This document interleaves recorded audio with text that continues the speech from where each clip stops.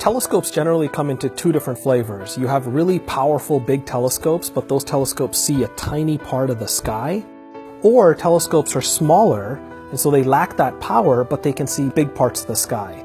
WFIRST is the best of both worlds. WFIRST is the Wide Field Infrared Survey Telescope. What I think of WFIRST is doing is building on what were the two great successes astronomically of the 1990s and the last decade. That is the Sloan Digital Sky Survey and the Hubble Space Telescope.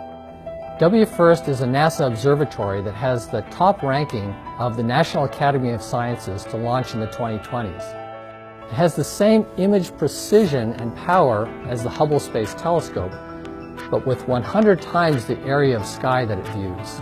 Looking at a large fraction of the sky allows you to get a more complete accounting. For example, the stars in the Large Magellan Cloud, which is the nearest galaxy to us, or the stars in the galactic bulge. So you can do a much more complete accounting in a much shorter amount of time. The particular thing I'm interested in using WFIRST for is to actually do a statistical census of planetary systems in our galaxy. And what we're looking for is gravitational microlensing events. These are cases when another star passes in front of our line of sight to a background star, and it makes that background star get a little bit brighter due to the gravity of that foreground star. And that allows us to find planets. What WFIRST will do is it will have what we call a coronagraph.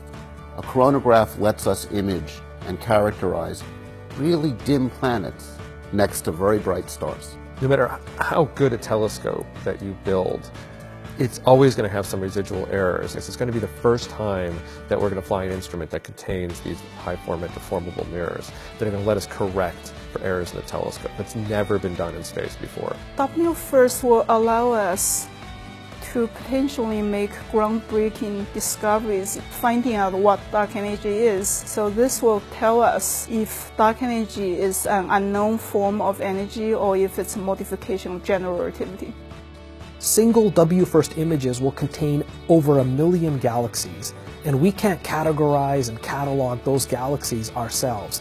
Citizen science allows interested people in the general public to solve scientific problems. And so one of the things that I'm really excited about is enabling this bridge where the general public can get involved in doing actual science. For me, it's a really exciting opportunity to play a significant role in a mission that I think will be one of the most powerful telescopes that we have in the 2020s, and will be some of the most important things our country does in space in that time frame.